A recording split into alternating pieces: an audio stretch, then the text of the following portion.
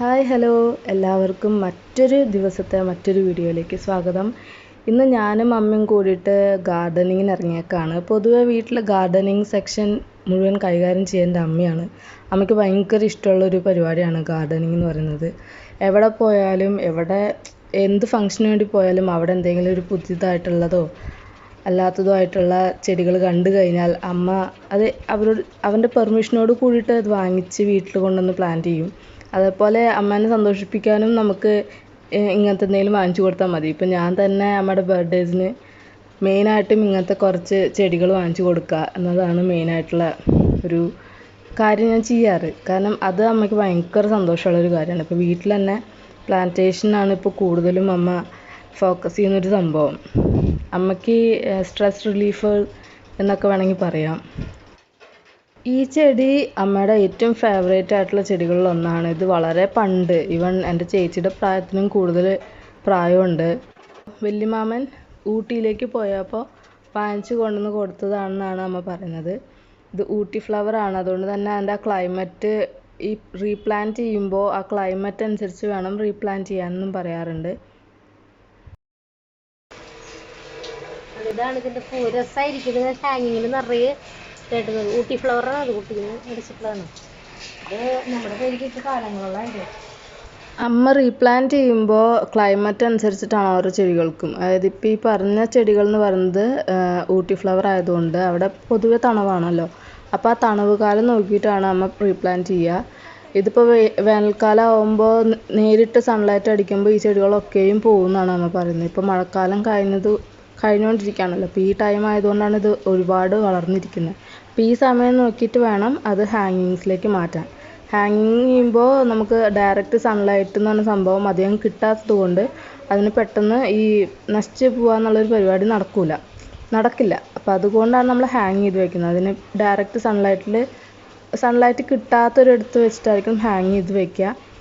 പിന്നെ അത് കഴിഞ്ഞ് റീപ്ലാന്റ് ചെയ്യാന്ന് പറയുന്നത് ഈ ക്ലൈമറ്റ് അനുസരിച്ച് മഴക്കാലം വരുമ്പോഴോ അല്ലെങ്കിൽ തണുവ് കാലത്തോ ആയിട്ടാണ് റീപ്ലാന്റ് ചെയ്യുക. റീപ്ലാന്റ് ചെയ്യുമ്പോൾ ആ മണ്ണ് മുഴുവനായിട്ട് എടുത്ത് അതിലേക്ക് ഇപ്പം വീട്ടിൽ ചെയ്യുന്നത് കപ്പലണ്ടി പിണ്ണാക്കും അതേപോലെ വേപ്പിൻ പിണ്ണാക്കും കൂടിയിട്ടുള്ള മിശ്രിതം 3:1 എന്നുള്ള രീതിയിലാണ് അമ്മ പറയുന്നത്.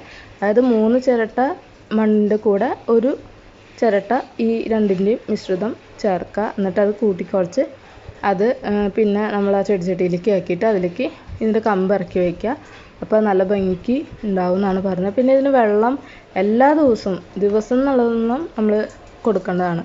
അത് ഞാൻ പറഞ്ഞല്ലോ, ഇതിൻ്റെ പൊതുവേ എപ്പോഴും ഹൈഡ്രേറ്റഡ് ആയിട്ട് ഇരിക്കേണ്ട ഒരു ചെടിയാണ്. കംപ്ലീറ്റ് തണവ് അത്യാവശ്യമായിട്ടുള്ള ചെടിയാണ്. ഇങ്ങനെ പൊട്ടിക്കുക. എന്നിട്ടിത് അതെ ഈ സമയത്ത് അത് ഉണ്ടാവുള്ളൂ. കുറച്ച് വേനൽക്കാലം ആയി കഴിഞ്ഞത് ഉണ്ടാവില്ല. എങ്ങനെ നട്ടാലും ഉണ്ടാവില്ല. ഈ ക്ലൈമറ്റ്, അതായത് ഊട്ടി ഫ്ലവർ ആകാൻ ആ ക്ലൈമറ്റോടെ ഒരു വർഷക്കാലം സമയത്ത് മാത്രമേ ഇത് ഉണ്ടാവുള്ളൂ. ഇനി ഉണ്ടാവില്ല. ഇത് നമ്മൾ എന്താ പറയുക, മെയിൻറ്റെയിൻ ചെയ്ത് കൊണ്ടുപോകാനായിട്ട് നന്നായി നോക്കണം. ഇപ്പോൾ ഇതേ നിലത്ത് വളർന്ന് കിടക്കുന്നത് ഇത് കഴിഞ്ഞ് നല്ല വേനൽ വരുമ്പോൾ ഇതൊക്കെ പോകും. അപ്പോൾ അതിൻ്റെ ഒരു കടകളുണ്ടാവും. അപ്പോൾ ആ കടലയിൽ നമ്മൾ ഇങ്ങനെ തൈക്കൾ വർഷക്കാലത്ത് മാത്രം റീപ്ലാന്റ് ചെയ്യാൻ പറ്റുന്ന ചെടിയാണ്.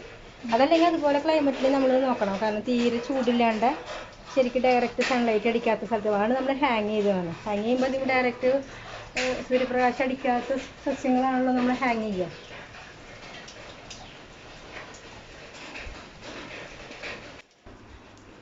ഗാർഡനിങ് തന്നെ 2 രീതിക്കുണ്ട്. ഇൻഡോർ ഗാർഡനിങ് ഉണ്ട്, ഔട്ട്ഡോർ ഗാർഡനിങ് ഉണ്ട്. ഇത് രണ്ടെണ്ണത്തിനും നമ്മൾ ചൂസ് ചെയ്യണം, അല്ലെങ്കിൽ നമ്മൾ ഫോളോ ചെയ്യുന്ന പ്രോസസ്സ് എന്ന് പറയുന്നത് ഡിഫറെൻ്റ് ആയിരിക്കും. ഇപ്പോൾ ഈ ചെടികളൊക്കെ എന്ന് വെച്ച് കഴിഞ്ഞാൽ നമുക്ക് ഇൻഡോർ പ്ലാന്റ് ആയിട്ട് യൂസ് ചെയ്യാം, ഔട്ട്ഡോർ പ്ലാന്റ് ആയിട്ടും യൂസ് ചെയ്യാം. പക്ഷേ കുറച്ചുകൂടി ബെറ്റർ ഔട്ട്ഡോർ പ്ലാന്റിങ് തന്നെയാണ്. കാരണം നമ്മൾ എത്രയൊക്കെ സൺലൈറ്റ് വേണ്ട, അത്രയ്ക്കധികം ചൂടൊന്നും വേണ്ട എന്ന് വെച്ചാലും ചില ചെടികളെന്നല്ല എല്ലാ ചെടികൾക്കും ഈ പറയുന്ന സൂര്യപ്രകാശം അത്യാവശ്യമായിട്ടുള്ളൊരു കാര്യം തന്നെയാണ്. അപ്പോൾ അത് വീടിൻ്റെ ഉള്ളിലേക്ക് വരും തോറും കുറച്ച് മാറിക്കൊണ്ടിരിക്കും. ആ ക്ലൈമറ്റ് അല്ലെങ്കിൽ ആ ഒരു ടെമ്പറേച്ചർ ലെവൽ കുറച്ച് കുറഞ്ഞിരിക്കും. അപ്പോൾ ഈ പറയുന്ന സൂര്യപ്രകാശത്തിൻ്റെ അഭാവം കാരണം അതിൻ്റെ സ്വാഭാവികത നഷ്ടപ്പെടാനുള്ള ചാൻസസ് കൂടുതലാണ്. സോ മാക്സിമം ഔട്ട്ഡോർ പ്ലാന്റിങ് തന്നെയാണ് കുറേ കൂടി ബെറ്റർ ആയിട്ടുള്ള ഓപ്ഷൻ. ഇനി ഇൻഡോർ പ്ലാന്റ് ആണെങ്കിൽ തന്നെ ലോ മെയിൻ്റെനൻസ് പ്ലാന്റ്സ് യൂസ് ചെയ്യാൻ ശ്രമിക്കുക. അതായത് ഒരു 2-3 ദിവസം സൂര്യപ്രകാശം ഇല്ലെങ്കിലും അല്ലെങ്കിൽ 2-3 ദിവസം വെള്ളം ലഭിച്ചില്ലെങ്കിലും അത് നിൽക്കും, അത് നിലനിൽക്കും എന്നുള്ള പ്ലാന്റ്സുകളുണ്ടാവും. ഈ പറയുന്ന ഇലച്ചെടികൾ എന്നൊക്കെ പറയില്ലേ, അത്തരം ചെടികളോ ഒക്കെ യൂസ് ചെയ്യാനായിട്ട് ശ്രമിക്കുക.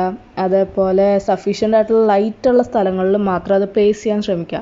അതായത് ഇപ്പോൾ ജനവാതിലിൻ്റെ അടുത്തായിട്ടോ അല്ലെങ്കിൽ ഗ്ലാസസിൻ്റെ ഒക്കെ അടുത്തായിട്ടോ നമുക്ക് ലൈറ്റ് വീടിൻ്റെ ഉള്ളിലേക്ക് ലൈറ്റ് നാച്ചുറലി എത്തുന്ന ഒരു മീഡിയം ഉണ്ടാവുമല്ലോ, അതിനടുത്തായിട്ട് തന്നെ ഇത്തരം ചെടികളൊക്കെയും പ്ലേസ് ചെയ്യാനായിട്ട് ശ്രമിക്കുക.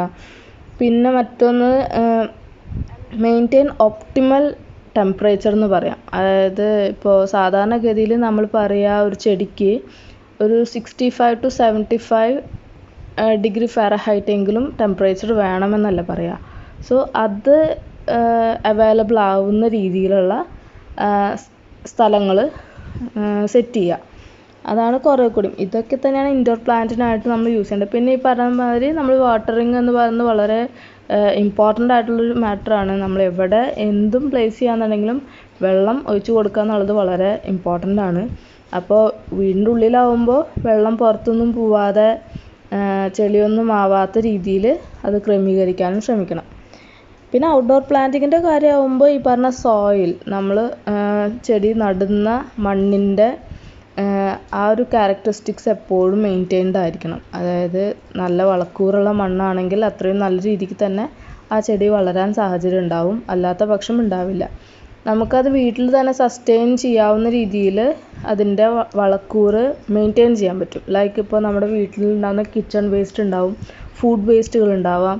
ഇതൊക്കെയും അല്ലെങ്കിൽ നമ്മുടെ പറമ്പിൽ തന്നെ ചെടികളൊക്കെ വെട്ടിയിട്ടുള്ള അതായത് പുല്ല് വെട്ടുന്ന ആ പുല്ലുകളൊക്കെ ഉണ്ടല്ലോ, അതൊക്കെയും വെച്ചിട്ടൊരു കോമ്പോസ്റ്റ് ക്രിയേറ്റ് ചെയ്ത് കഴിഞ്ഞാൽ അതിൽ നിന്ന് കിട്ടുന്ന ആ ഒരു മാറ്റർ വെച്ചിട്ട് തന്നെ നമുക്ക് സോയിലായിട്ട് അത് മിക്സ് ചെയ്ത് അതിൻ്റെ വളക്കൂറ് മെയിൻറ്റെയിൻ ചെയ്യാൻ പറ്റും. ഇത് വീടിൻ്റെ ബാക്ക് സൈഡാണ്. അവിടെയും കുറേ ചെടികൾ അമ്മ വെച്ചിട്ടുണ്ട്. അമ്മ മാത്രമല്ല, ചേട്ടനും ചേച്ചിയും എല്ലാവരും കൂടിയിട്ട് നട്ടിട്ടുള്ളതാണ് കുറേയൊക്കെ.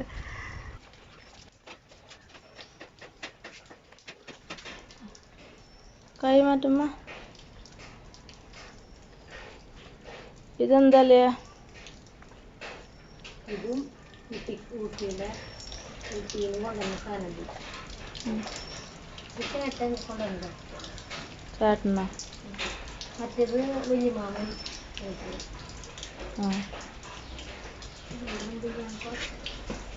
ഇത് സാധാരണ മണ്ണിൽ പിടിക്കാൻ പാടാണ്. അത് അവിടെ നിന്ന് വാങ്ങിക്കുമ്പോൾ അതിൽ എന്തൊക്കെയോ മണി കുറച്ച് സാധനങ്ങൾ എന്താണെന്ന് അറിയില്ല. ഞാൻ ഇത് എന്തോ ഒരു സാധനത്തിന് പിടിച്ചത്, അല്ലെങ്കിൽ ഇത് പിടിക്കില്ലായിരുന്നു. ഇതും കമ്പ് കുത്തി വെക്കല്ലേ? കമ്പാണ് നടന്നു നോക്കട്ടെ. പിടിച്ചതാണ്. ഞാൻ ഗ്യാപ്പ് വന്നപ്പോൾ അതിൽ കിടക്കാൻ പിടിച്ചത്. ഇതൊക്കെ പിടിച്ചത് തന്നെയാണ്. ഗ്യാപ്പ് വന്നപ്പോൾ അതിൽ നിന്ന് പൊട്ടിച്ചിട്ട് ഫില്ല് ചെയ്യണം. അതുകൊണ്ട് ഞാൻ തരാം.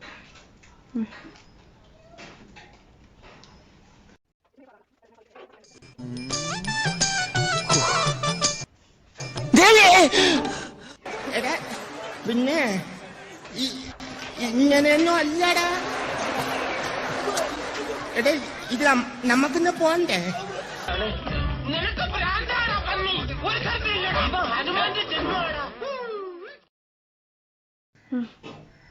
ഇത് കാണാൻ നല്ല പ്ലാന്റ് ആണ്. ഇത് തിക്കായിട്ട് വളർന്നപ്പോൾ ഇതിൻ്റെ കാലാവധി കഴിഞ്ഞു കണ്ട, അങ്ങനെ നീണ്ട്. അപ്പോൾ നമ്മൾ ഇങ്ങനെ പൊട്ടിച്ചിട്ട് അരിക്കന്നെ പ്ലാന്റ് ചെയ്ത് കൊടുക്കും. പക്ഷെ കുറേ നാളായി ഇതിനെ ശ്രദ്ധിച്ചിട്ട് റീപ്ലാന്റ് ചെയ്ത് കൊടുക്കും. ഇടയ്ക്കിടയ്ക്ക് അത് റീപ്ലാന്റ് ചെയ്യണം. കാരണം മണ്ണ് ഫില്ല് ചെയ്ത് കൊടുക്കുക. അതല്ലെങ്കിൽ വേറെ ചട്ടിയിലേക്ക് മണ്ണ് വെച്ചിട്ട് ഇത് അങ്ങോട്ട് പറിച്ചുന്നത്.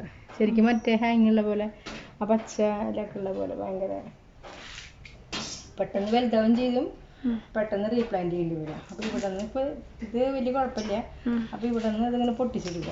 എന്നിട്ട് അതിൽ കുറച്ച് എളുപ്പ പണിയാണ് കേട്ടോ. വേറെ അങ്ങനെ പൊട്ടിച്ചിട്ട് എടുത്തിട്ട് അതിൽ മണ്ണ് നിറച്ചിട്ട് ഇതങ്ങനെ വീണ്ടും കുത്തി കഴിഞ്ഞാൽ വീണ്ടും ഫ്രഷായി. ഈ സമയത്തല്ല ഒരുവിധം ഇപ്പം എല്ലാ ചെടികളും ഇങ്ങനത്തെ ചെടികളൊക്കെ റീപ്ലാന്റ് ചെയ്യുന്ന സമയം. വൈകി ശരിക്കും പറയാന്ന് വെച്ചാൽ മഴ കിട്ടിയ കാരണം കുഴപ്പമില്ല. ഇതിൽ കണ്ട മണ്ണ് ഗ്യാപ്പ് കണ്ട, ആ ഗ്യാപ്പിലൊക്കെ മണ്ണ് കൊടുത്തിട്ട് ഇത് അങ്ങനെ തന്നെ വെച്ചാൽ പിന്നെ അവിടെ നിന്ന് ഉണ്ടായിക്കോളും. ഈ ചട്ടിയിലത്തെ മണ്ണ് മാറ്റേണ്ട. മണ്ണ് വേറെ വേപ്പും പിണ്ണാക്കും കപ്പലിൻ്റെ പിണ്ണാക്കും ഉള്ള മണ്ണ് ഇത് കൂട്ടിയിട്ട് ഇട്ട് കൊടുക്കുക. അപ്പോൾ മണ്ണിന് വളക്കൂർ നഷ്ടപ്പെടില്ല ഉണ്ടാവും.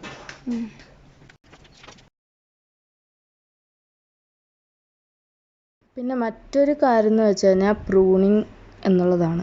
ലൈക്ക് നമ്മളൊരു ചെടി അതിൻ്റെ ഷേപ്പിൽ മെയിൻറ്റെയിൻ ചെയ്യാനുള്ളത്. ഇപ്പോൾ ബുഷസ് ഒക്കെ ഉണ്ടെന്നുണ്ടെങ്കിൽ അത് നമ്മൾ വെട്ടി നല്ല പരുവത്തിൽ, അതായത് നല്ല ഷേപ്പിലൊക്കെ മെയിൻറ്റെയിൻ ചെയ്യില്ലേ. ഇപ്പോൾ നമ്മൾ മുടി വെട്ടിക്കഴിഞ്ഞാലേ മുടി വളരൂ എന്ന് പറഞ്ഞ മാതിരി ചെടികൾക്കൊക്കെയും നമ്മൾ അതേപോലെ ഷേപ്പ് ചെയ്ത് അത് വെട്ടി നിർത്തിയാലേ അത് നല്ല ഭംഗിക്ക് വളർത്തുള്ളൂ. മാത്രമല്ല ഈ ചെടികളിൽ തന്നെ ചില ഇലകളൊക്കെ കാണാൻ നല്ല ഭംഗിയിൽ നിൽക്കുന്നുണ്ടാവും. അതേ ചെടിയിൽ തന്നെ ഉണങ്ങിയ ഇലകളും കമ്പുകളൊക്കെ ഉണ്ടാവും. അതും നമ്മൾ പറിച്ച് കളയേണ്ട കാര്യം തന്നെയാണ്.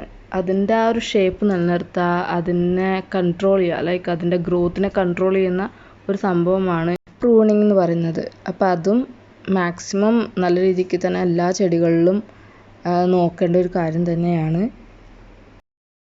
ഇത് അമ്മ ഹാങ് ചെയ്ത് വെച്ചിരിക്കുന്നത് അമ്മയുടെ കയ്യെത്തും ദൂരത്ത് അമ്മയ്ക്ക് മെയിൻറ്റെയിൻ ചെയ്യാൻ പറ്റുന്ന ചെടികളാണ്. അതായത് ഒന്നല്ലെങ്കിൽ അത് നെക്സ്റ്റ് സീസണിൽ പ്ലാന്റ് ചെയ്യാൻ വേണ്ടിയിട്ട് അമ്മ ഇപ്പം തന്നെ അതിനെ തയ്യാറാക്കിക്കാൻ വേണ്ടി ഈ അമ്മയുടെ കയ്യെത്തും ദൂരത്ത് എത്താവുന്ന രീതിയിൽ പ്ലേസ് ചെയ്തേക്കുന്നതായിരിക്കും. ചിലതിന് എന്തെങ്കിലും വളരുന്നതിലോ അല്ലെങ്കിൽ എന്തെങ്കിലും ഒരു ഡിഫക്റ്റ് എന്തെങ്കിലും ഉണ്ടെങ്കിൽ അത് തീർക്കാൻ വേണ്ടിയിട്ട് അമ്മ ഇങ്ങനെ അമ്മയ്ക്ക് കയ്യെത്തുന്ന രീതിക്ക് ഹൈറ്റ് വെച്ച് അത് സെറ്റായി കഴിയുമ്പോൾ, അതായത് അത് വീണ്ടും പണ്ടത്തെ പോലെ വളരാൻ തുടങ്ങുമ്പോൾ അമ്മ അതിനെ കൊണ്ട് ഹാങ് ചെയ്യും.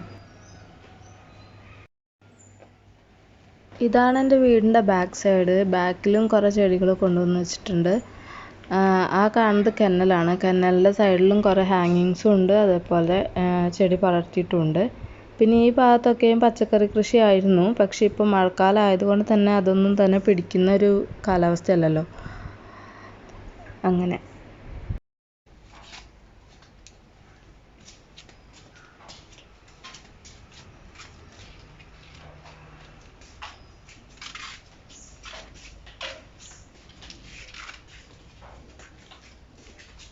പ്രഭു, എന്തെങ്കിലും പറഞ്ഞിട്ട് പോ, വെറുതെ ഇങ്ങനെ പോവല്ലേ. എന്തെങ്കിലും പറയേ. പണിയാ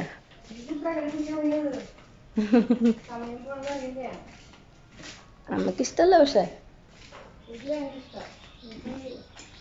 ഭയങ്കര ഇഷ്ടം വീട് അലങ്കരിക്കുക, നമ്മൾ ചെടികൾ ഉണ്ടാക്കുക, വീടും പരിസരം വൃത്തിയാക്കി എടുക്കുക, അതൊക്കെ ഭയങ്കര ഇഷ്ടം. എൻ്റെ ഏറ്റവും വലിയ ഹോബി ഇതാണ്.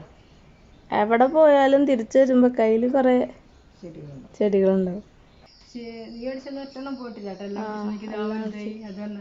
എന്നാ അത് ചേട്ടൻ പറഞ്ഞിട്ട് അവിടേക്ക് പോയിണ്ടായിരുന്നു. മറ്റേ ഞങ്ങളുടെ CHന്റെ തന്നെ അല്ലല്ല വിൻസ്ട്രീക്കിന്റെ തൊട്ടപ്പുറത്തുണ്ടായിരുന്ന അവിടെ ചേട്ടൻ മനസ്സൊക്കെ ഇടുമ്പോ കൊറേ ഉണ്ട്. ചേട്ടൻ മനസ്സുണ്ട്. കാണാനായിട്ടെന്നറിയോ. കാണിച്ചായോ അതേപോലെ ഇടയ്ക്കിടയ്ക്ക് റീപ്ലാന്റ് ചെയ്തിരുന്നത്. അല്ലാണ്ട് ഞാൻ വരുമ്പോ പിന്നെ വീണ്ടും വീണ്ടും പൊട്ടിച്ച്. നമ്മൾ പൊതുവെ ചെയ്യണ ഗാർഡനിങ്ങിന് ചെയ്യണ കുറച്ച് മിസ്റ്റേക്സ് എന്ന് വെച്ച് കഴിഞ്ഞാൽ, ഒന്നല്ലെങ്കിൽ ആശാന്റെ നെഞ്ചത്ത് അല്ലെങ്കിൽ കളരിക്ക് പുറത്തുനിന്ന് പറഞ്ഞ മാതിരി, ഒന്നല്ലെങ്കിൽ ഒരുപാട് വെള്ളം ഒഴിച്ച് കൊടുക്കും, അല്ലെങ്കിൽ ഒട്ടും വെള്ളം ഒഴിച്ച് കൊടുക്കില്ല.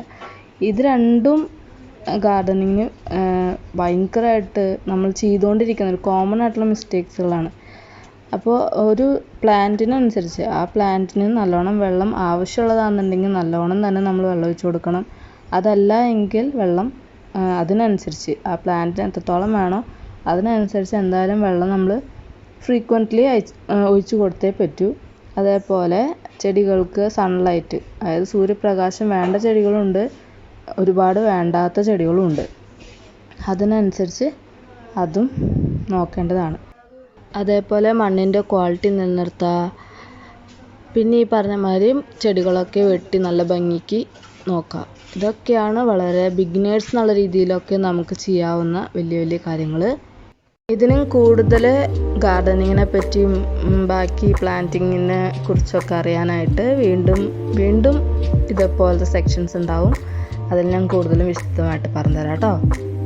അതുവരേക്കും here it's me Krishna signing off. Thank you.